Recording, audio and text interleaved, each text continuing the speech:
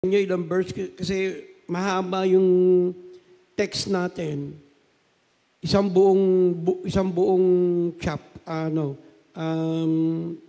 chapter. So, kung babasahin nyo na lang yan ng buo, napakaganda. So, from time to time, bibigyan natin ng diin yung ilang Bible verse. Now, in Acts chapter 10, verses 1, 2, 3 lang po ang babasahin natin. Sabi niyan, there was a certain man in Caesarea called Cornelius, a centurion of the band called the Italian band, a devout man, and one that feared God with all his house, which gave much alms to the people and prayed to God always. He saw a vision evidently about the ninth hour, and the day an angel of God coming in to him and saying unto him, Cornelius. And when he looked on him, he was afraid and said, Why is it, Lord? And he said unto him, Thy prayers and thine alms are come up for a memorial before God. Panginoon, salamat sa pagkabasa ng salita. Purihin ka, Panginoon, sa iyong kabutihan. Patawarin mo kami sa aming mga kasalanan. Linisin mo kami ang aming mga puso upang kami maging kagamit-gamit sa inyo. In Jesus' name, Amen. So, meron po dito, ang pangalan po niya ay si Cornelius. Isa pong centurion of the band called the Italian band. No? Isang opisyalis po ng gobyerno ng Rome, ito pong si Cornelius, no? Isang general. Ano nyo, kapag meron kang ganyang karaming tao, talagang napaka-powerful mo na. Isang tao na talagang kinikilala po ng mga Hudyo at ng ibang mga tao. Kasi si Cornelius, kapatid, ay isa po siyang Gentile. Meaning to say, hindi po siya isang Hudyo. Kaya para talagang puntahan siya ng Panginoon, kasi ang Panginoon pa pumunta sa kanya eh. No? Binisita siya at ang sinabi ng Panginoon sa kanya ay, Cornelius, ang iyong mga panalangin ay dininig ng Diyos. Ha?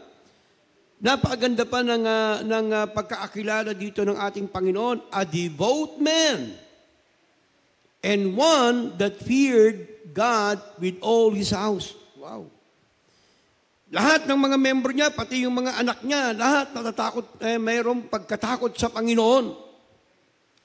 Isa itong buong pamilya, ibig sabihin, lahat ng nasasakupan niya ay talagang may pagkatakot, may command siya eh. Isa siyang matinding sundalo. Isang general, no? Malaking katungkulan sa pamahalaan. Alam nyo, pag ganyan ang ranking mo, remember, ang Rome, ang pinakamalaking empire during the time of Jesus Christ. At ang Jerusalem, probinsya lang po yan. Probinsya po, at ang alam nyo, ang mga Roman citizen ay malakas ang kapangyarihan. Di ba, sabi nga sa inyo, pag nakakita yan ng isang, kahit sino pa, o Hudyo man, pag nakita ng sundalo ng Rome yan, pwede niyang, yali nga rito, bitbitin mo to. Kahit isang sako pa yan, wala siyang tanggi, bubuhatin niya yan. Kahit mabigat pa yan, bubuhatin niya yan. Alam niyo pa, ang binigay pang batas, 1 milya. May dumadaan, nakita mo, Hudyo, sinabihan ka, at hindi mo sinunod, arestado ka. Pwede kang ipakulong ng mga Roman soldier. Ganon ang isa sa mga batas ng ibinigay dyan sa kanila. Subalit kahit ganito po itong taong ito, kung makitignan ninyo, ay talagang punong-puno siya ng kabutihan. Ang maganda doon, hindi pa korap. At mabait ang Panginoon sa kanya kasi Dininig ng Panginoon, hindi ka naman didigin ng Panginoon. Di ba sabi nga ng Bible, if you have iniquity in your heart, the Lord will not hear you. So matino itong taong ito. Sabagat, ang sabi niya ng Bible, a devout man and one that feared God with all his house. And he saw in a vision evidently about him the ninth hour a day, on ninth hour of the day, an angel of God coming into him. Wow. Kaya nga, beri mo, an angel of God bumaba pa mismo sa tahanan niya. Kakaiba po yan. Yung angel of God niyan, kung titignan ninyo, sabi niya, no? An angel of God coming into him and saying unto him, Cornelius. And when he looked on him, at tumingin si Cornelius doon sa angel of God, ano sabi niya? He was afraid and said, what is it, Lord? Lord, yung Panginoon mismo dumalo sa kanya. Dahil nakita ng Panginoon ang kanya pong kabutihan. Pero hindi yun ang kanyang kaligtasan, kapatid. Kahit devout man siya, wala pa rin siyang kaligtasan. Mamaya, makikita ninyo dyan. Kaya lang, kumbaga, yung biyaya ng Diyos sa kanya nakuha niya. The man who broadened his witness. Tingnan natin, kapatid, si Peter kung paano lumawak ang kanyang soul winning. Hindi lang confine ang soul winning, kapatid, sa mga Hudyo. Kasi ulitin ko nga, kapatid, unang-una, bawal sa mga Hudyo ang mag-soul winning sa hindi po Hudyo. Bawal. Pero ang kagandahan dito, ang ating Panginoon ay binuksan na ang kaligtasan sa lahat ng tao. Kaya nga tayo makaka-assure na ikaw ay may kaligtasan sa ating Panginoon sapagkat binuksan ng Diyos. Alam niyo ba ng ating Panginoon, pumunta lang siya sa mga Hudyo para iligtas ang mga Hudyo? Pero dahil nga tinakwil ng mga Hudyo ang Panginoon, binuksan ng Diyos ang kaligtasan sa ating lahat ng mga Gentiles. Kaya nga, may mga hintil na pupunta ng langit. In fact, alam niyo yan si Cornelius, meron niyang remembrance. Souvenir. Alam niyo ba na si Cornelius, isa sa mga nag-donate ng isang tinatawag na poste na makikita ninyo sa simbahan nung unang panahon. Giver kasi ito si Cornelius eh. Grabe ang katapatan nito sa Panginoon. Namatay ito, kapatid, dahil sa Panginoon. Hindi siya tumingin sa anumang kapangyarihan meron siya o kayamanan na meron siya. Kundi ibinigay niya ang kanyang buhay niya sa Panginoon. Meet Cornelius, the soldier who wanted salvation, kapatid.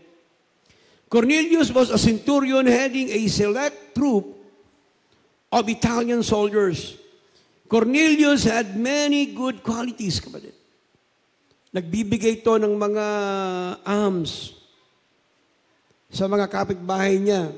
At nagpapapila pa ito ng pagkain, nagbibigay ng tinapayan.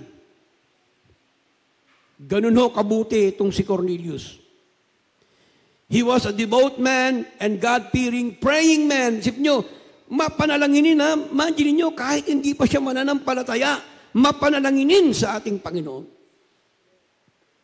Kung minsan kung isip mo, talo pa tayo ng mga unbeliever. Na walang, ito maliwanag to, na wala siyang relasyon sa Diyos. Pero ganun na siya ka-faithful sa Diyos natin. Kasi bulag siya, hindi niya alam yung katotohanan eh. Akala niya yung ganung bagay, yung pag nagiging deboto ka, mabait ka, mapagbigay ka, meron ka ng Diyos. Kumilos ang Panginoon kay Peter. Kumilos ang Panginoon kay Cornelius para itong taong ito ay mabigyan ng kaligtasan ng Panginoon. So hindi pala sa mga kaibigan namin, hindi pala yung kahit mabait ka, sa langit ka pupunta, mali. Ito nga, government official pa yan na unbeliever, pero wala pa rin kaligtasan. Ang dami nang nabigay na pera sa mga tao, pero wala pa rin siyang kaligtasan, mga kapatid. Cornelius was a sincere and seeking God. Seryoso siya na hanapin ang Panginoon, pero siya'y ligaw. Wala pa rin siyang kaligtasan. Pero ang maganda doon, seryoso siya na makita ang Panginoon. O, sa amin din sa inyo, mga kaibigan namin, mga bisita namin, baka seryoso kayo na hanapin ang Panginoon. Huwag kayong mag-alala sapagkat makikita ninyo ang Panginoon. Seeking Savior saves, seeking sinners, kapatid. Kaya nga, ang tao, kung naghahanap ka ng Panginoon, makikita mo siya. Pero maraming tao kasi hindi naman naghahanap sa Panginoon. Hindi sila umahanap ng totoong Diyos. Ano, kahit po ito ang obserbahan ko, kahit po yung mga debotong Katoliko, basta deboto ka, kahit unbeliever ka, kakaharapin ka ng Panginoon. Kasi maraming deboto dito, katulad si Sister Mercy, debotong Katoliko yan eh. Pero tignan mo, hahanapin ka talaga ng Diyos kasi nga deboto ka eh. Babaguhin ka ng Panginoon. At ilan sa inyo, deboto kayo dating Katoliko, pero tignan nyo, hinanap kayo ng Diyos. Andiyan ba si Nanay Glo? Ha?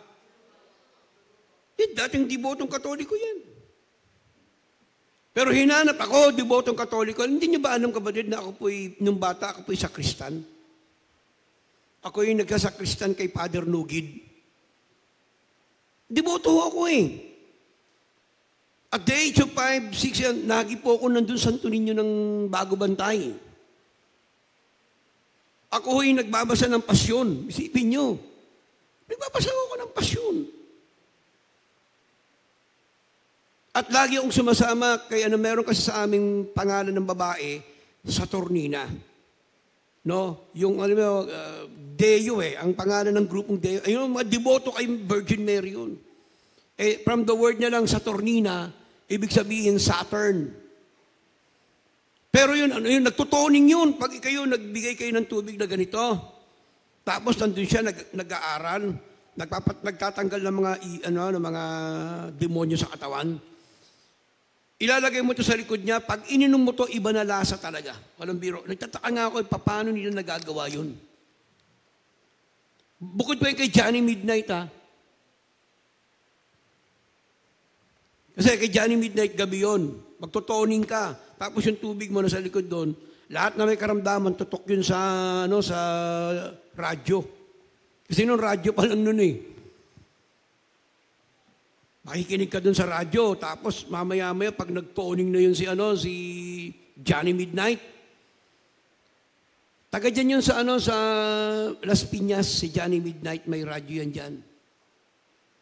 Tapos speaking of tongues yun eh, si Johnny Midnight. Yun, mag-iiba na lasa. Madalas ako itoning ni Chang eh, kasi si Chang debotong Katoliko yan eh. Kaya nga as early as 5, 6, 7, nandun na ako kay, alam niyo ba kami si Chang, follower po yan ni Nazareno. Yung original na Nazareno, nandun pa yan sa Quiapo. Nandun yan sa gilid ng Quiapo. Everyday, nandun lang yan. Wala namang pumapansin dyan eh. Kataan nga ako ngayon, biglang nauso, may mga hinihila-hila pa eh. Takot nga ako dyan kay Nazareno kasi nga, nakaganyan yan sa simbahan ng Katolik. Sa Quiapo, nakaganyan yan. Nakatitig sa'yo. Kaya mga gano'n dyan. Itong tiyahin ko, dala ako dyan, pupunas ng panyo yan. Sa tuhod, yung tuhod nga niyan, bakbak na eh. Yung parang nauupod yung pinaganon. Oh. Tapos pag inamoy mo yun, ang bango. Tapos meron din malaking kabibe, tapos magsasawsaw ka doon. Kami ni Chang, mag-sign of the cross kami. Lagi yan si Chang, sinasama ko. Devoted.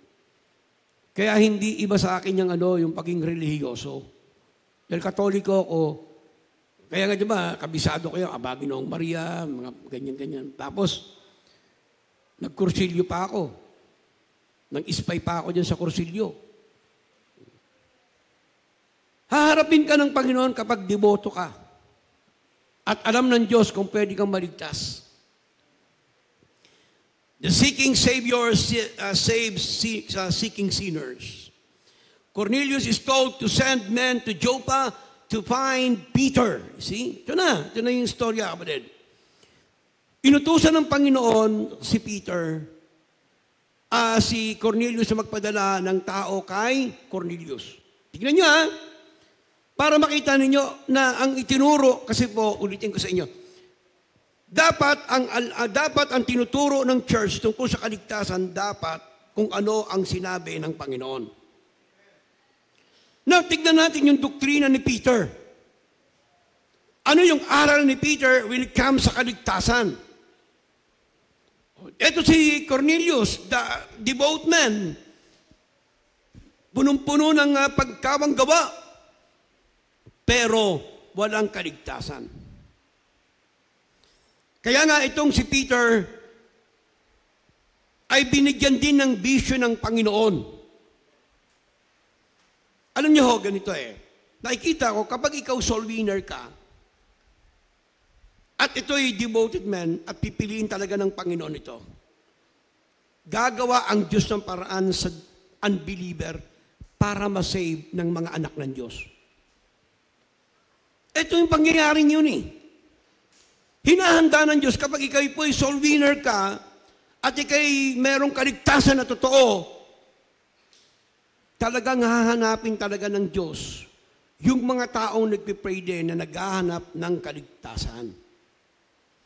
Kaya ang mga Kristiyano dapat huwag matakot pag kayo mag-soul winning. Dahil Diyos ang nagmimit. Ang Diyos na nagtatagpo sa inyong dalawa para yung walang kaligtasan ay magkaroon ng kaligtasan, kapatid. Sa inyong mga bisita namin, baka kayo'y wala pang kaligtasan. Ano bang ibig sabihin, pastor, ng kaligtasan na sinasabi mo? Na kung sakali, kapatid, kung ikay mamatay ngayon, sigurado mo ba ang kapupuntahan ng iyong kaluluwa? Hindi po, pastor. Kung yan ang sagot mo, delikado ang iyong buhay. Sapagkat kapag wala kang kaligtasan, hindi mo sigurado kung saan pupunta ang kaluluwa mo, sinasabi ng Biblia, sa impyerno ang punta mo. Romans chapter 6 verse 23 and Romans chapter 3 verse 23. Sabi doon, ang kabayaran ng kasalanan ay kamatayan. At sa Revelation chapter 20 verse 8, ang mga taong nagkasala ay sa impyerno itinatapon, yung mga walang kaligtasan. You see? Kaya hindi mo pwedeng sabihin, wala, okay lang itong buhay ko. Hindi o. Darating at darating, kapatid, nahaharap ka sa Diyos. Anong sabi diyan? Tignan po ninyo, kapatid. Anong sabi ng Bible? Kung sino ang ating Panginoon, in verse 42, diyan sa chapter 10 ng Book of Acts. Ang sabi diyan, kapatid, and He commanded us to preach unto the people and to testify that it is He which was ordained of God to be judge of the quick and the dead. Hahatulan tayo ng Panginoon, kapatid. Doon sa mga tao na walang Panginoon sa kanyang buhay, ay hahatulan ka ng Diyos. Saan? Sa tinatawag na dagat-dagatang apoy. Sa impyerno. Huwag niyo sabihin walang impyerno sapagkat kung titingin niyo sa Bible, ang impyerno nasa ilalim ng lupa. Kaya sinabi ng Bible huwag kayong sasamba ng larawan sa langit, sa ibabaw ng lupa at sa ilalim ng lupa. Ibig sabihin, may mga creatures. At ngayon, natagpuan na nga, meron talagang ilalim. At hindi pa ho yan natutuklasan. At ngayon, natuklasan ng NASA, sabi nila, na meron pang dagat sa ilalim ng lupa na mas malaki pa sa dagat natin sa ibabaw. 7 times. Wow. Kaya sinabi ng Bible, di ba? And the gates of hell shall not prevail against it. Ano yung hell? Anong gates? May gates ang hell. May pintuan. At hindi lang isang pintuan ng impyerno, gates. Kaya nga meron, di ba, mga kapatid, sa mga bisita namin, merong Russian expedition. Naghukay sila.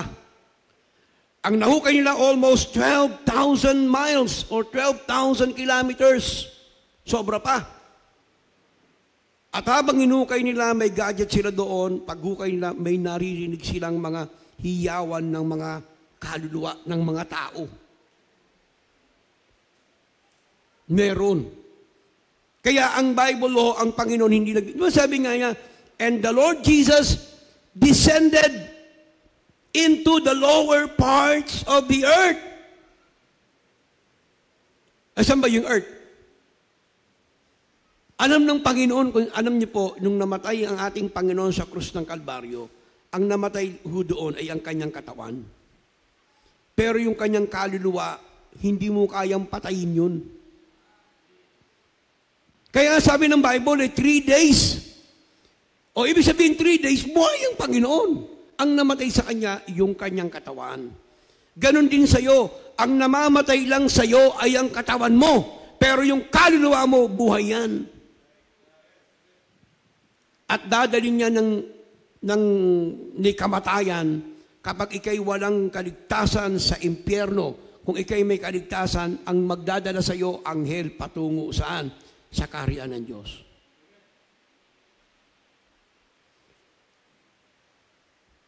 Peter's witness and ours needed broadening, kapatid. Wag nating isarado lang, ay, pamilya ko lang ang dapat masave. Hindi ho. Dapat kahit ang mga kapitbahay ninyo, dapat silang masave. Now, tingnan po natin, God gets Peter ready to broaden his witness. Hinanda ng Panginoon si Peter upang mapalawak ang kanyang soul winning. Kaya salamat dun sa mga anak ng Diyos sa soul winner. Praise God, pinapalawak na ng Panginoon. In verse 19 to 18, Peter was already a successful witness.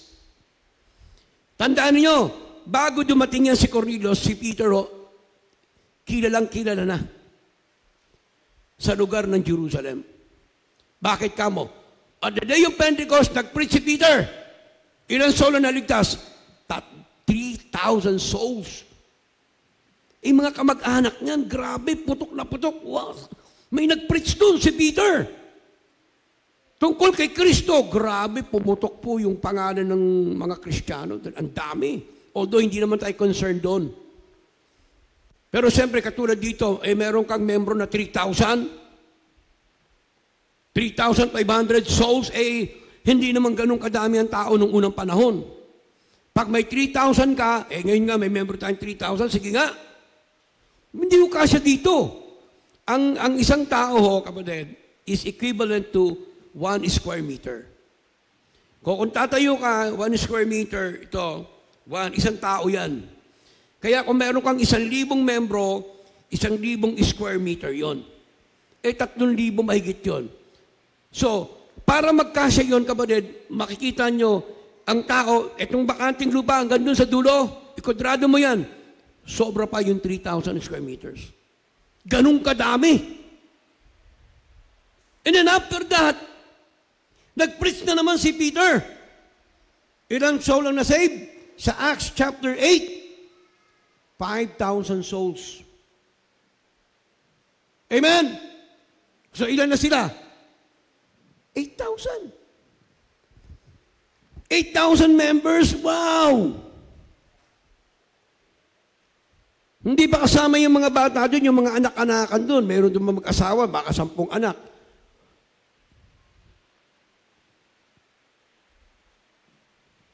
Kilala, pero makikita ninyo ang Panginoon, hinahanda pa rin si Peter. Hindi, alam niyo po, huwag niyo sabihin, ay nakapagdala na ako ng kaluluwa, graduate na ako. Hindi ho. Kapag magdala ka uli. Pag magdala, hanggang sa dumami ang mga anak ng Diyos. Yan po yung sinasabi ng Bible. On Pentecost, he preached the day 3,000 converted. At the temple, he had prayed and brought healing to a layman. After his second sermon, 5,000 were saved. Grabe. Eh, di ba naalala niyo yung napagpagaling siya ng lumpo? Yung sabi, silver and gold have I none. But such as I have, give I thee, in the name of Jesus, rise up and walk. Alam niyo ba, nung nakalakad yun, spread abroad na naman, grabe, kumalat na naman. Nandoon, meron doon si Peter. May mga Christian doon, nagpalakad ng lumpo. Dumami lalo. Lumawak ng lumawak ang tinatawag na soul winning. Amen? Ngayon lang, alam nyo, dito sa atin, ewan ko ba, kahit na ang Panginoon nag-miracle, parang baliwala lang sa mga tao. No? Kasi kailangan dito yung pilay ka. Hindi, baliwala sila yung bawa. Ikaw dating lasengga, dating bungangera, dating palaaway. Nung nasave ka, nagbago ka, yung mga tao hindi magtataka sa iyo eh. Walang susunod na dadami yung tao dito. Lahat na lang, di ba tayo nagbago eh. Katulad si Brother Jeff, yung mga barkada dati niya sa Pat Session. Dapat masave yun eh, pero wala sa kanila yun. Kailangan dito, lumpo ka eh, kasi nga gusto nila to see is to believe. Salamat tayo sa Panginoon kasi binago tayo, bahala sila. He must see that the gospel is for everyone, kapatid. Kailangan makita nila. He must remove the limits on his witnessing. Ito na ngayon, hindi lang pala Gentiles. The reason, kapatid, kung bakit ito na-broaden ang soul winning, God gives Peter reasons to broaden his witness.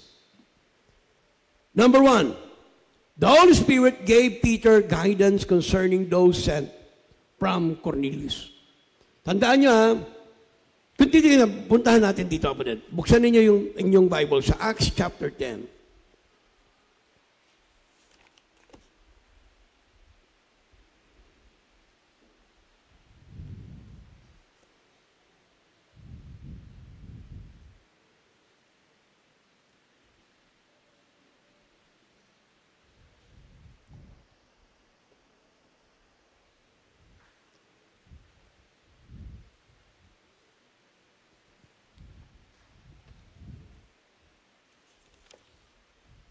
Okay, in verse 11, ito po yung dahilan kung bakit nabukas ang gospel sa ating mga Gentiles, kapatid. Sabi rito, in verse 11, and saw heaven open, and a certain vessel descending unto him, as it had been a great sheet knit, that the four corners and let down to the earth, wherein were all manner of four-footed beasts of the earth, and wild beasts, and creeping things, and fowls of the air. And there came a voice unto him, Rise, Peter, kill and eat. So dito, kapatid, ganito pinakita ng Panginoon. No? Sa langit, biglang bumukas po. At mayroong isang telang bumaba, at doon nakalagay ang lahat ng uri ng mga hayop. So siyempre lahat yan, dinosaur, dragon, buaya, lahat ng beast nandoon, mga four-footed beast, baboy, lahat yan nandoon na. Sabi ng Panginoon kay Peter, arise, kill, and eat. Ibig sabihin, pinaramdam ng Panginoon kay Peter na pwede nang kumain yan. Kaya that's why, kung titignan niyo literally, kahit ano pwede nang kainin kung kaya ng bituka mo. Eh di ba ngayon yung buaya, delicacy niyan, ginagawang tosino. Yung karne ng buaya, kapatid, ang sarap daw, sabi nila, ng manok. Pero kung papatayin sa harapan mo yun, tapos papakain sa'yo, hindi ka kakain, siyempre. Pwede na. Now, anong ibig sabihin nun, kapatid? Eto na yun. Kinaumagahan, may dumating po na dalawa na bataan ni Cornelius. So, alam na ni Peter na ang gospel ay para sa mga Gentiles din. Kaya nga kung titignan niyo sa verse niya, basahin na lang niyo sa bahay, na sinabihan mismo ni Peter, sinabi mismo ni Peter kay Cornelius na alam mo naman na bawal sumama sa mga hindi Hudyo, sa mga uncircumcised. So meaning to say, open na ang gospel. Kaya tayong mga anak ng Diyos, ibahagi ninyo kahit kanino ang salita ng Panginoon. Dahil sinabi rin dyan ni Peter, God is no respecter of man. Yan ang salita ni Peter, na hindi siya namimili ng tao kung sino ang ililigtas niya. Mapatid. Huwag kayong mamili ng ililigtas. Katulad ng sinabi ng Panginoon, na lahat ay pwede nyo ng pagsabihan o i-share ang salita ng Panginoon. Kaya ano sabi diyan? Anong sinabi ni Peter kay Cornelius? In verse 42, 43, tignan po ninyo. Sabi ni Peter, and he commanded us to preach unto the people, and to testify that it is he which was ordained of God to be the judge of the quick and the dead. One day, mga kapatid, mga bisita namin, haharap kayo sa Panginoon. Huwag niyo sabihin bata pa kayo. Ang kamatayan, walang pinipili po. Ang kamatayan, walang pinipili. Ay, malakas pa po kami. Hindi. Alam mo, kahit malakas ka, pwede kang masagasaan ng kasakyan. Pwede kang mamatay ngayon, kana mo. Naglalakad ka lang dyan, pwedeng pag may nagpaputok ng baril, naglalakad ka, tamaan ka sa ulo. Yung aksidente na tinatawag, natutulog ka, biglang nagkasunog, hindi ka na nakabangon, nasunog ka. Kaya huwag natin ipagyabang na malakas tayo. Baka akala ninyo meron pong sa ospital, naghihingalo. Ay, mamamatay na yan. Yung nagsabing mamamatay na, nauna pa siya dun sa naghihingalo. Ang reality, pumunta kayo sa sementeryo, tingnan ninyo, ano makikita nyo doon? Magbasa kayo ng mga kinamatayan ng bata. Yung lapida, born July 1, died July 1, 10 o'clock. Wala pang isang araw, patay na. Iba't ibang uri. Kaya sabi ni Peter, siya ang judge ng mga patay at buhay. Haharap tayo sa Panginoon lahat kay Jesus. At isa lang ang sasabihin sa iyo ng Panginoon, kung ikaw ba'y nanampalataya sa Kanya. Ano sabi niyan sa verse 43? Tignan po ninyo, verse 43. Walang kapatawaran ng kasalanan sa ibang mga bagay. Na kanino lamang? Ito, verse 43, sabi diyan, ito si Peter na po ang nagsalita dito. Very close yan din sa Panginoon. Isa sa mga apostles. Isa sa mga 3 na leader ng ating Panginoon. Ano sabi diyan? To him give all the prophets witness that through his name, sino yun? Jesus. Sa magitan ng pangalan ni Jesus, whosoever believeth in him shall receive remission of sins. Grabe yan. See? Walang iba. Walang ibang magpapatawad sa inyo. Hindi si Allah, hindi si Buddha.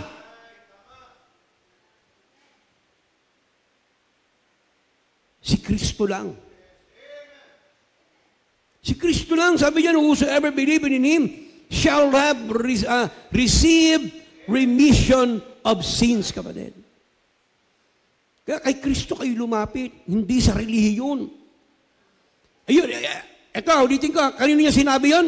Kanino sinabi ni Peter? Kay Cornelius. Pero mo sabihin nga, alam mo, Cornelius, ito sinasabi niya, hindi ka mapapatawad ng kasalanan mo, kundi sa pangalan lamang ni Jesus. Amen? Kaya alam nyo, sa isang simbahan, kapag hindi yan ang turo, maling simbahan yan. Hindi kayo maliligtas ng simbahan. Hindi yan ang magpapatawad ng kasalanan ninyo, kundi si Jesus. Kaya nga, ano sabi dyan? Humingi kayo ng tawad sa ating Panginoon.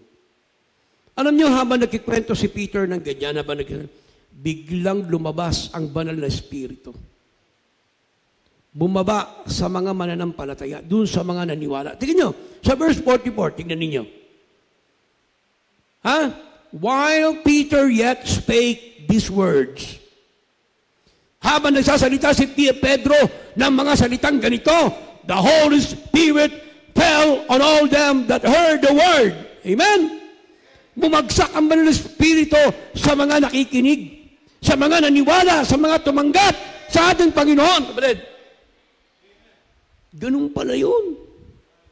Kapag kayo pala'y nanalig sa Panginoon at humingi ng kapatawaran, patatawarin kayo ng Panginoon at bababa ang banal na Espiritu at mananahan sa mga puso ninyo.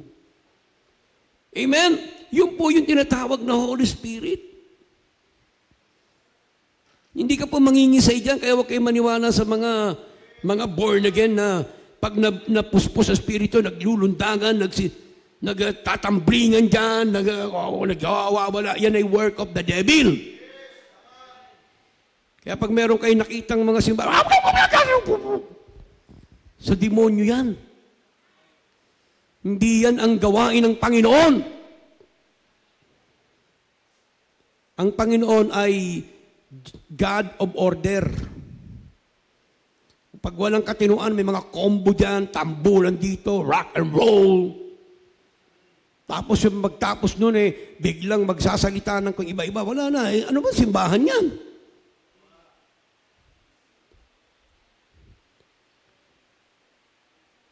Ang diablo, pinasukan na lahat, pati simbahan. Hindi lang sa sanlibutan na may demonyo. Pati sa church, pinasukan niya na yung mga nagpapanggap na mga simbahan. Na may dala rin Bible, NIV. Tapos nagdadamit din yan nakapang-Christian. Tapos may kombuhan, sayawan yan. Hindi, ganun-ganun pa yan. Kasi alam niyo, ang kanta, nagkikembot-kembot na, ibig sabihin, ina-arouse niya yung flesh niyan. Kaya yung mga membro na gumalandi na rin. Kasi, umiindak-indak na O ano ba yan? Flesh yan! Simbahan, magkasayaw-sayaw. Doon sa bahay ninyo. Doon ka magsumba. Pero sa church, hindi yan sayawan. Tignan niyo yung mga born again. Kaya may pang-asar sinaasar sila, mga burn. Nagsasanay na sila sa impyerno kung paano mapasok ng apoy. Huwag kayong atin dyan. Bueno.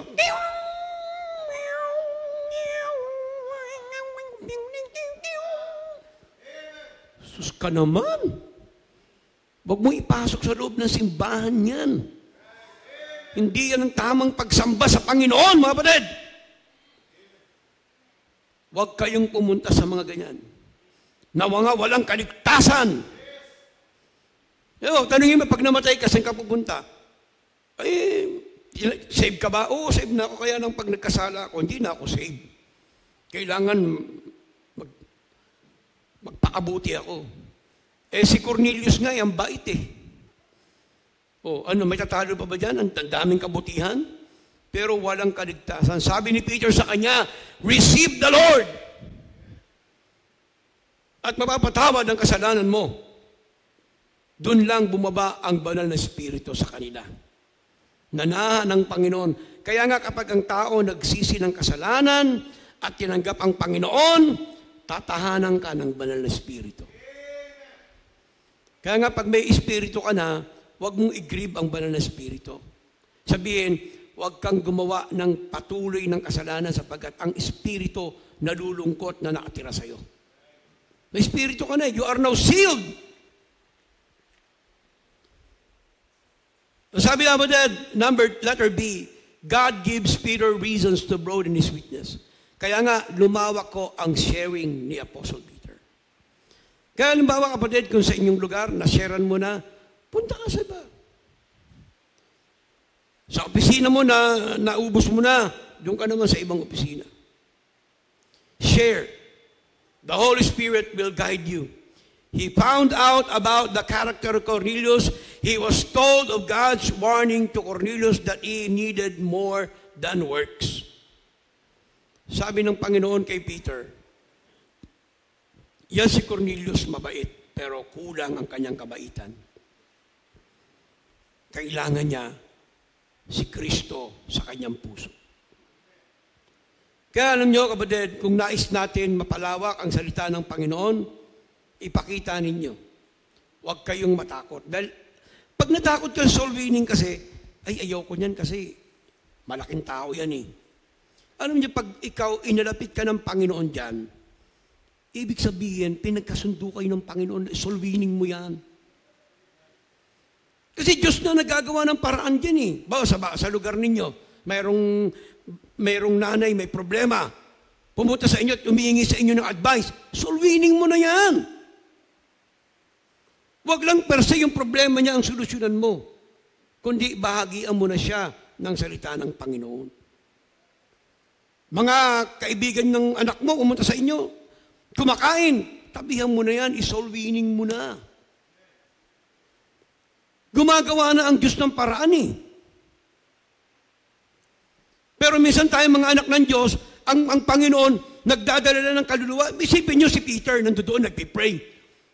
Biglang pinadala, no? Umagang-umaga, nakita nyo, may dalawang tao dito. Alam na niya, sabi niya, alam ko na. Iginaguide na ako ng Panginoon para dalin ang mga taong ito sa Panginoon. Dalin mo sa Panginoon. Kaya meron kayong asawa na di mananampalataya, dalin niyo sa Panginoon. O tingnan mo Sister Virgie. O dinala si Brother kasi kung di mo dadalhin sa simbahan yan, sa Panginoon, mananatili ang believer yan. Wag mong sukuan. Kasi tayo, pag isang beses lang natin, sinusukuan na natin eh. Tamo si Peter, hindi tumigil sa Cornelius manalangin. Anong ginawa ng Panginoon? Pinagtagpo. Katulad si Sister Josephine, dinala si brother, yung kanyang sweetheart. Kaya sabi nga sa kanila, pwede kayo ikasal ng church para maging legal kayo na nagsasama.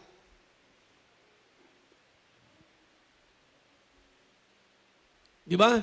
Kasi, shall we continue in sin? Sabi ng Bible, hindi na. Mga anak na kayo ng Diyos. Kung hindi mo dinala, paano? Di ba, Brad? Kaya ikaw, dagi kang maging faithful, baptize ka na, maging faithful kayo sa Panginoon. Yung anak ninyo, dalhin nyo sa Panginoon. Yun, kapatid. Huwag kayong matakot. Huwag kayong matakot na dalhin yung inyong kamag-anak, kaibigan, kahit na meron. Dalhin nyo sa Panginoon. Ginaguide kayo ng Panginoon. At huwag kayong matakot kung di ang masave dahil Diyos ang nagliligtas.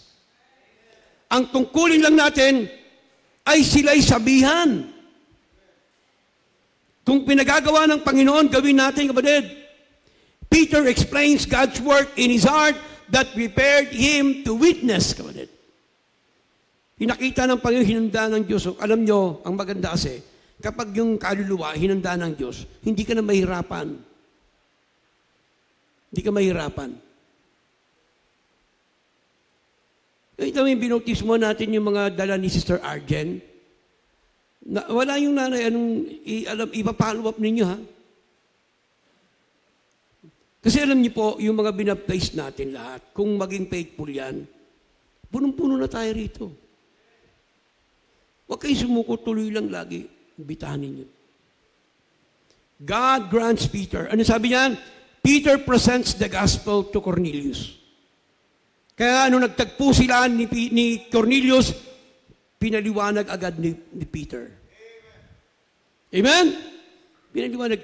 Alam niyo, tignan niyo, ano mo si Peter, ang pinaka-apostles na isa sa mga pinakamaraming nadalang kaluluwa nung panahon ng ating Panginoon. Alam niyo po, ang sabi nga, estimated ang membro is almost 100,000. Jerusalem alone. Imagine niyo, grabe! Wow! Kaya alam niyo yung offering nila, halos na sa isang kwarto na eh. Yung mga ginto, yung mga coins, iniimbak na lang. Pero yung sa dami ng tao. Kaya huwag tayong matakot kung maraming tao, the Lord will provide. Pag maraming kaluluwa, ang Diyos ang magpo-provide. Amen?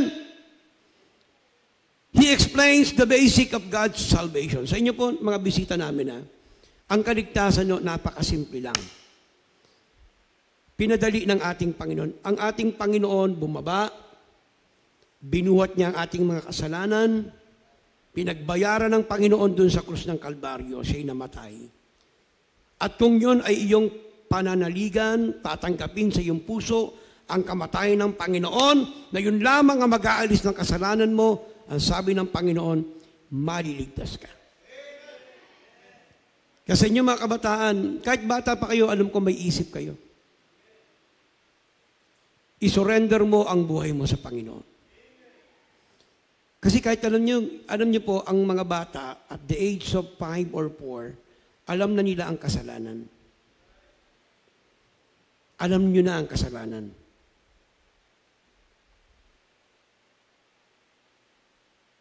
Bata pa lang, alam na. Kasi ang age of accountability, yung may isip ka na. Yung alam mo yung tama at mali. Halimbawa, 1, wala pa yan muang. 2, medyo malabo pa di ba? Pero minsan pag 3 and 4, alam na yung mali.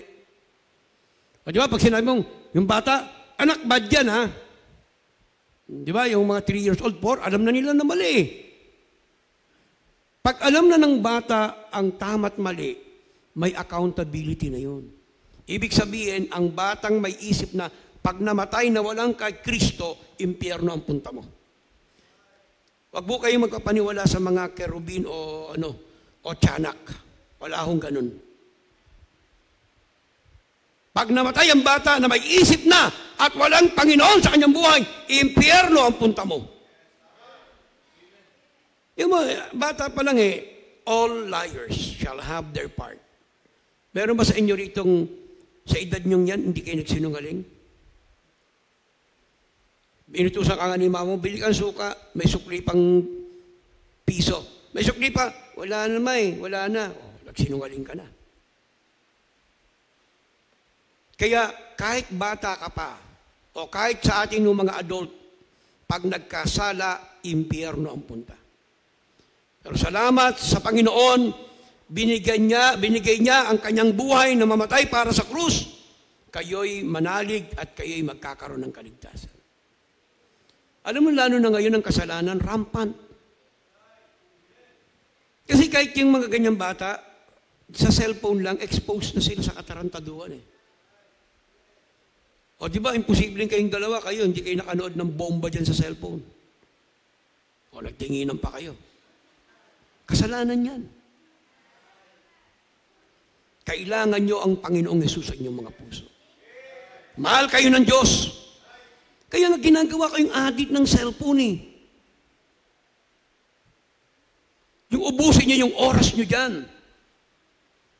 Pero salamat sa Diyos, kaya niya tayong patawarin. Amen? Mahal ka ng ating Panginoon. Mag-ingat kayo sa cellphone. Grabe ang kasamaan ng cellphone. Grabe, sabihin ko sa inyo. Sabi nga sa inyo, lahat ng nawasak na pamilya dahil dyan sa cellphone ngayon. If not 100%, wasak ang pamilya dahil dyan sa cellphone na yan, mga kachat-chat na yan, mga kalandian, kadibugan. Kayong mga nanay kayo, mag-ingat kayo, kayong mga tatay kayo. Tayong mga tatay at mga nanay kayo, dyan nasisira ang pamilya sa katarantaduhan ng cellphone na yan. The lust of the flesh.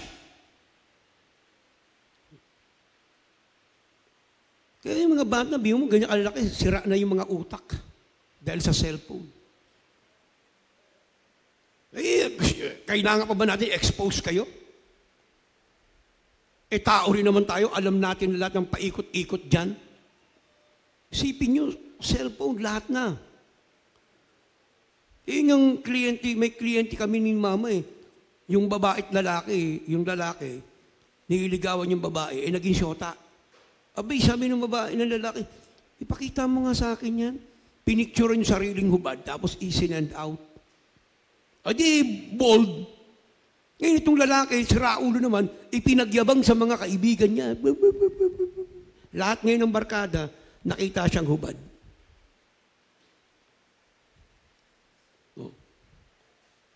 Kaya sinasabi ng Diyos na kasalanan, kapatid, matindi na ngayon. Maliban na tayo'y sumuko sa Panginoon, doon ka lang babaguhin ang buhay mo. Minsan napapahiya tayo. Yung ang ginagawa natin kasamaan, di tayo napapahiya Ngayon pa kayong humingi tayo ng tawad sa Panginoon at magkaroon tayo ng kaligtasan ng ating buhay. Kaya sabi sa inyo, yung mga babae at lalaki na nakikipaglandian kayo sa cellphone, at may asawa na kayo, mawawasak ang pamilya ninyo. Sabihin ko sa inyo, dahil dyan sa cellphone na yan, lahat ng kademonyohan. Kaya kayo, you know how to control your cellphone. Piliin nyo lang ang mga mabubuting bagay dyan sa cellphone. Kayong mga bata kayo, nasisira. Lahat na pwedeng gawin dyan sa cellphone na yan. Pinadali ng demonyo kung paano magkasala ang tao. Hindi nyo ba napapansin ang pangalan ng mga cellphone na bigatin? Apple. Kayong mga hilig sa mga Apple yan na mga malalantod. Malalandi. Apple Si Satan, kaya nga may tatak yan kinagat yung prutas. Sa likod niyan, tignan nyo, kagat. Satanic yan Ibig hindi nyo lang napapansin yan, dinadala na tayo ng diablo sa mga virtual na yan. Ngayon, pwede nang mag-sex ang mga tao sa magitan ng cellphone lang. Kaya mag-ingat kayo, mga chong.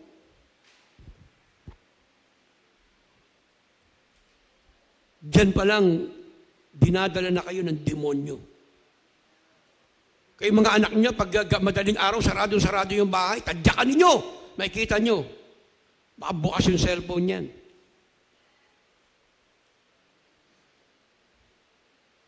Remissions of sins, kapatid. Humingi tayo ng tawad sa Panginoon. At magkakaroon tayo ng kaligtasan. Ng kapatawaran ng ating mga kasalanan. At magsimba pa kayo na magsimba pero kontrolado naman kayo ng cellphone. Walang kwenta yan. Pag uwi nyo sa bahay, cellphone na naman kayo.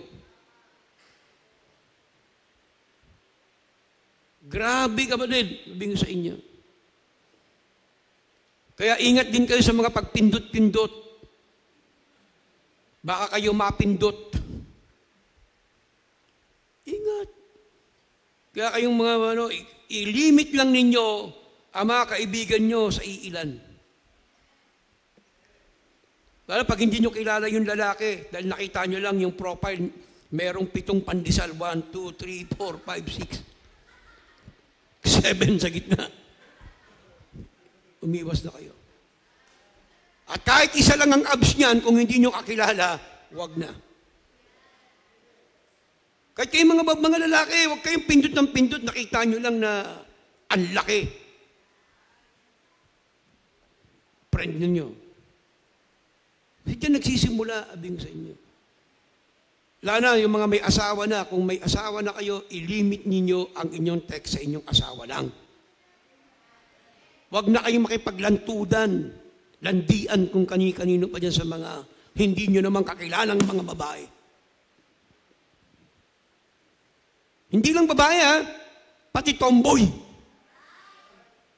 Pati bakla. Kaya kung ako sa inyo, mga kapatid, i-reset ninyo yung mga cellphone. Tanggalin nyo na yung mga hindi nyo kakilala. Burahin nyo na yan. Mag-iwan na lang kayo ng mga spiritual friend. Mga kaibigan nyo sa Panginoon. Yung totoo ha. Baka mamaya, yung kaibigan nyo sa Panginoon, tarantado din naman. Huwag nyo nang kaibiganin yun.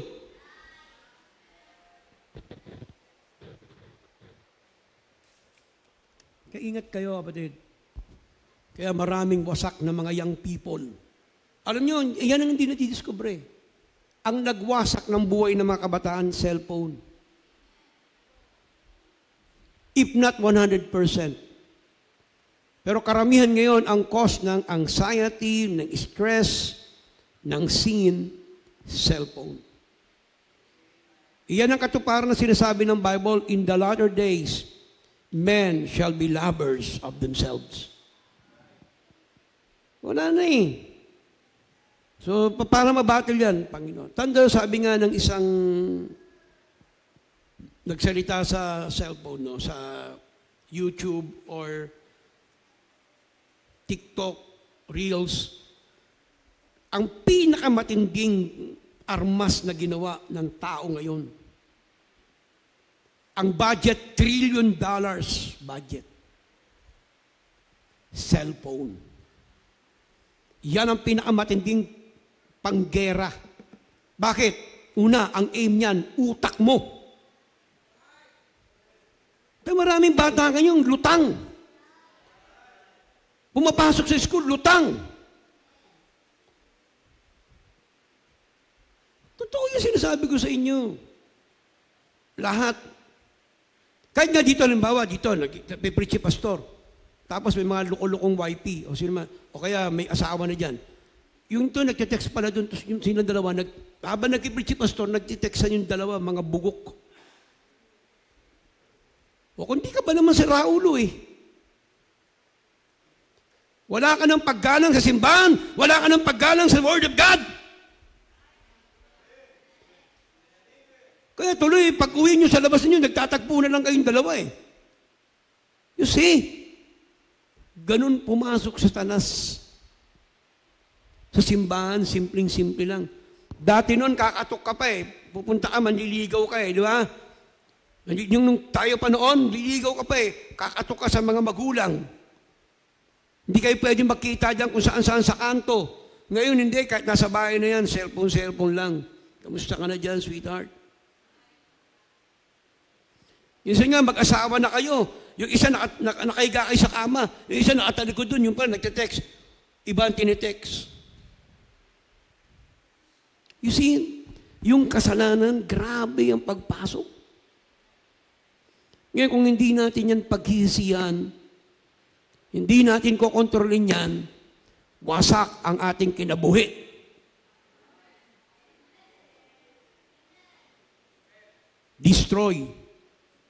Destroyed ang ating pamilya, ang ating buhay, even ang church, destroyed.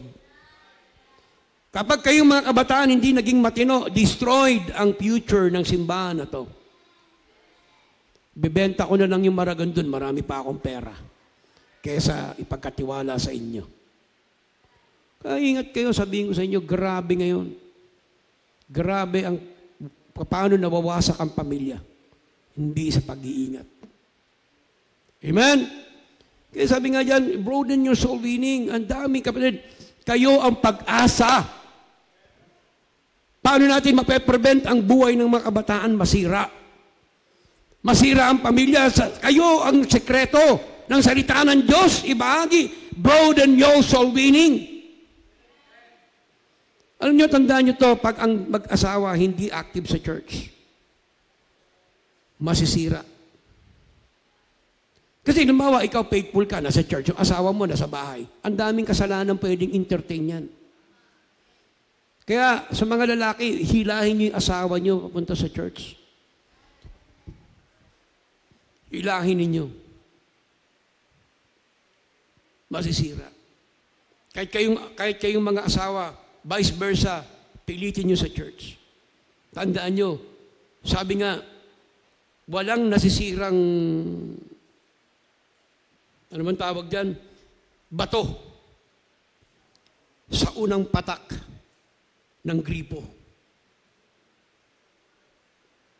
No, patak. Pero nakaiwan na bukas yan. Papatakin mo yan sa iba't ibang uri ng panahon. Panahon, season, year after year. Makikita mo yung bato na pinapatakan lang ng isang patak ng gripo, yung pag sinasa, may naiiwan dyan, di ba?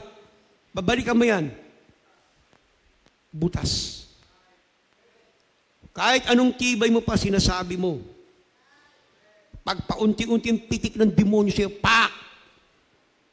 Tibay ka pa. Kinabalang, pak! Pak! O hanggang sa makasunod, bumigay ka na. Kaya, dalhin nyo sa Panginoon. Ang Diyos lang ang pwedeng magbigay sa atin ng katatagan sa gawain ng Panginoon. Kasi doon ka lang malilesen ng kasalanan eh. Kaya dapat kayong mga membro, lagi kayong kasama ng gawain ng Panginoon. Sa gawain ng Panginoon. Kahit ang pastor sa gawain ng Panginoon. Kasi pag ang pastor idle, tapos ang daing pera, ang dami kong kakilalang mga tarantadong pastor. Siyempre, laki ng offering, sila may control. Nagbabar pa, nanchichiks pa. Tapos magpipreach sa pulpito. Iipunin yung pera, tapos doon, ipambababae. Sino mo? Kaya nga alam mo, pag maraming pera, maraming kasalanan. Yo, pag wala kang pera, konti lang ang limit lang ang kasalanan, wala kang magawa eh. Pero pag ang daming pera, minsan di na alam ng asawa o nino man, yun, gumagawa ng kabulastugan. Di ba? Kaya ingat kayo. Panginoon lang. Bro, and tayong mga anak ng Diyos, i-share natin. Huwag tayong matakot magsalita tungkol sa kasalanan. Dahil at least pati ikaw, nawawarningan mo sarili mo. Yung pastor na hindi nagtuturo ng ganyan. Ako hindi. Bakit? Winawarningan ko rin sarili ko. Mga membro lalo na. Kasi yung mga membro, wala na nga lagi sa church yan eh. Pag hindi mo pa pinunisyan ito, yung ang nasa simbahan, dami pang kasalanan eh. Yung pa kaya yung mga wala. Amen? Broden, gayahin natin si Peter. Sinare niya ang salita ng Diyos. Hindi siya namili. Bakit? Walang pinipili ang salita ng Diyos. Bata, matanda, mayaman, mahirap, edukado, hindi edukado. Ang salita ng Diyos ay walang pinipili. Lahat tayo ay magbaw at humingi ng tawad sa Panginoon. Kaya sa inyo mga kabataan, kung wala pa kayong kaligtasan ng Panginoon, tanggapin nyo na siya ngayon. Para mailigtas kayo sa kapahamakan ninyo. Kasi ang direksyon ngayon ng mga kabataan, iba eh. Kaya yung lipunan natin, ngayon, asahan mo mga kabataan, wala na.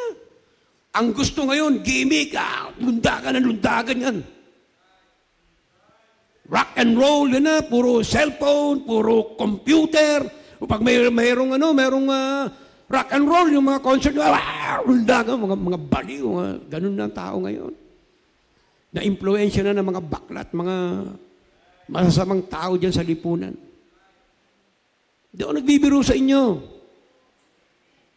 Ang taong kabataan niya yung kinokontrol lang ng ilang tao dyan sa lipunan. Ang mga bata ngayon na-impluensya na ng social media. Corrupt na ang mga isip. Walang magbabago ng utak natin. Ang salita ng Diyos lamang. Kaya pag hindi kayo nagsambit sa Panginoon, corrupt ang magiging utak natin. Kaya nga, that's why sabi ng Panginoon, nung pumunta, buksan natin sa Genesis chapter 5, chapter 6. Ngayon na yung panahon na yun, very corrupt na ang mga tao ngayon. Lahat na ng kasamaan. Wala na eh. Evil continually ang isip ng tao nun, patuloy na paggawa ng masama. Eh kung sasama ka sa daloy nila,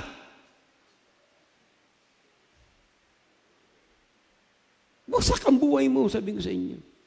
Mas pinipili ng kabataan ngayon ang katarantaduhan kaysa kabutihan.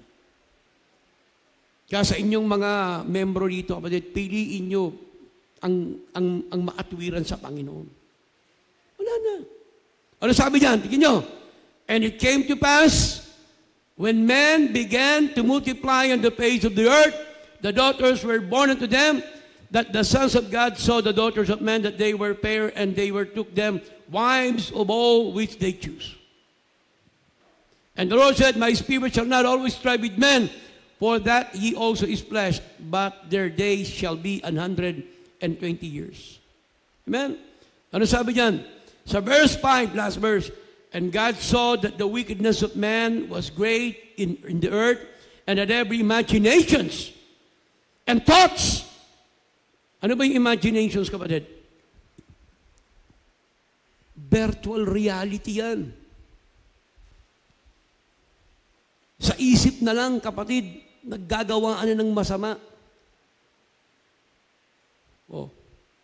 Imaginein mo one day, kayong dalawa pwede na magkita sa cellphone. Virtually. Pwede ka nang maging ikaw yung nasa loob. Kaya nyo magkaroon ng sikretong tagpuan. Sa mamagitan ng isip lamang, pwede na kayong magtakbo, magkaroon ng mga sexual intercourse. Ganun katindi.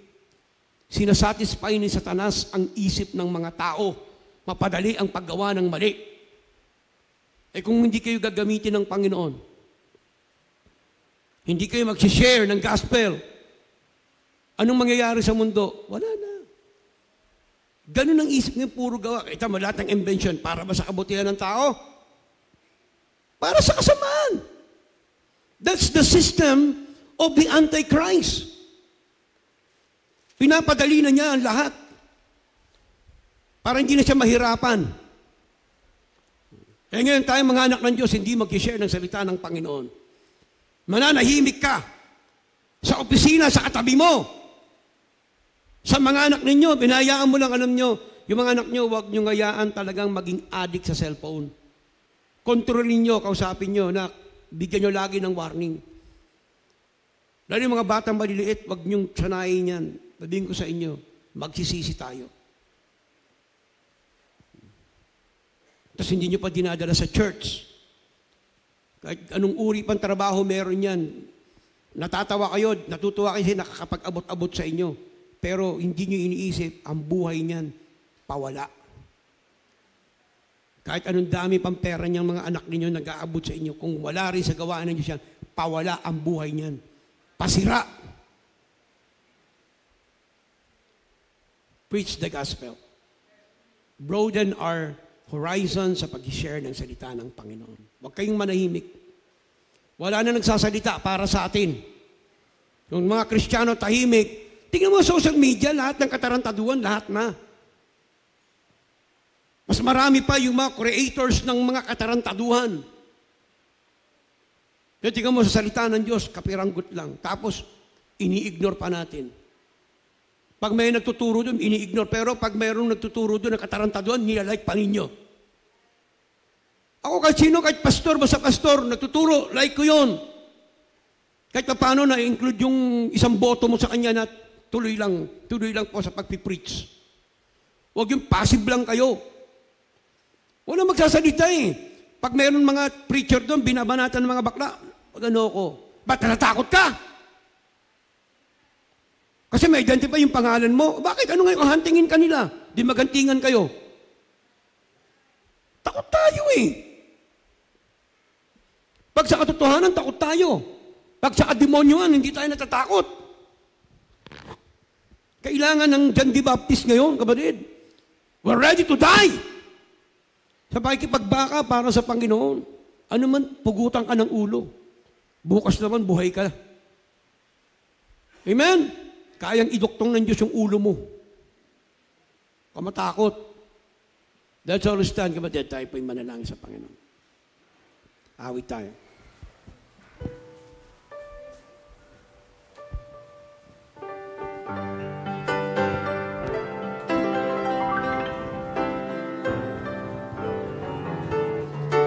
Amen. Let's sing Jesus Saves. Na-solving na ba lahat ng visitors natin, kapatid? Para hindi na ako maging redundant. Okay? Kung na-save na sila, na-solving ninyo, praise God. At least ang akin, follow up lang. Para hindi na ako mag-i-invitation pa, tapos pala napatanggap ninyo sa Panginoon. Okay? So let's sing Jesus Saves. Ready? Sing! We have heard a joyful sound. Amen! Jesus saves. Jesus saves. Jesus saves. There's a news to every land. Like the steeds that cross the waves. On with this, our Lord commands. Sing, Jesus saves. Jesus saves. Ama, marami pong salamat sa araw na ito. Pinupuri ka namin ng taos sa puso sa iyong kabutihan sa iyong mga anak. Salamat sa pagliligtas mo sa amin. Salamat kami may buhay na walang hanggan. O Panginoon, bigyan mo kami ng katapangan, karunungan upang aming ibahagi ang mabuting balita sa aming mga kamag-anak, kaibigan, upang ang salitang ito, Panginoon, ay hindi masayang. Magligtas ka pa po, Panginoon, ng mga kaluluwa. Magdagdag ka ng mga kaluluwa na maglilingkod pa sa iyo sa aming iglesia. Pagpalain ang Maragondon, pagpalain mo ang bawat isa, pagpalain mo rin, Panginoon, ang Zion, pagpalain mo ang bawat isa, mga trabaho, nagmamaneho, nagninegosyo. Panginoon, paunlarin mo ang iyong mga anak sa linggong ito. Binabalik namin sa iyo ang lahat ng papuri at pasasalamat sapagkat ito po ay aming dalangin sa pangalan ni Jesus. And all the people say, Amen. Hallelujah. Praise the Lord. God bless you.